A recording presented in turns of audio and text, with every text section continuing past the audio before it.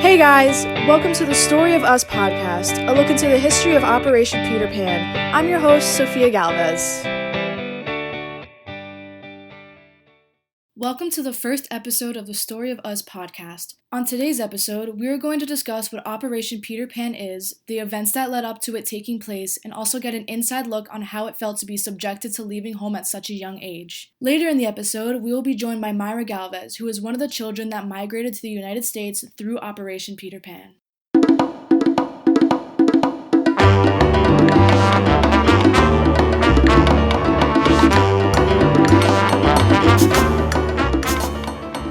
An article on pedropan.org states that Operation Peter Pan, or Operación Pedro Pan as it is known in Cuba, was started by the Catholic Welfare Bureau of Miami, specifically Father Brian O. Walsh.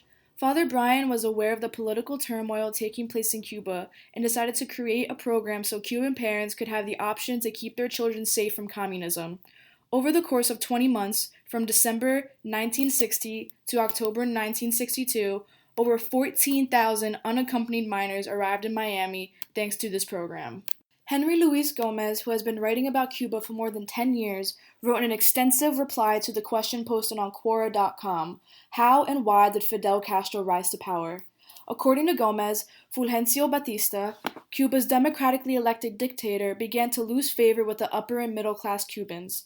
This led citizens to begin to support the revolutionary movements against him. One of these revolutionary movements was led by brothers Fidel and Raul Castro. Fidel Castro led the nation to believe that if he overtook Batista, he would return the country to a democracy. On January 1st, 1959, the Castro brothers led a guerrilla warfare attack on Batista and his men, which forced Batista to flee the country and therefore his political position, making Fidel Castro the new dictator of Cuba.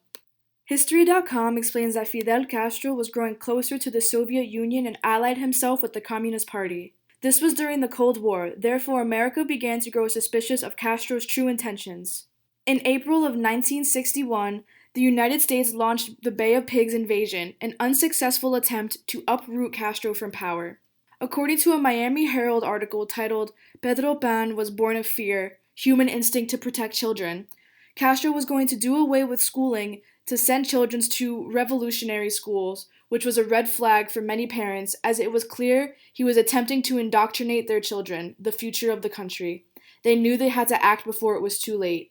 We are now joined by Mayra Galvez, an immigrant of the United States through Operation Peter Pan. Welcome to the show, Mayra. Hi, how are you? So, how old were you when you migrated to the U.S. through this program? I was 5 years old. When did your parents realize that they needed to get you out of the country? Once my father was taken to prison, he was a lieutenant for the Batista Army. And do you remember anything about the day that you left? All I remember was getting on the plane and running back to the door of the plane crying and wanting to run back to my mom. And did you ever think you were going to see your parents again? No. Thank you so much for being on the show. Thank you all for listening to the Story of Us podcast. On our next episode, we will be discussing what it was like for the children once they made it from Cuba to the United States and how they dealt with being in a country in which many did not even speak the language. If you or someone you know was a participant of Operation Peter Pan, please leave your stories in the comments of our Facebook page. Till next time, adios.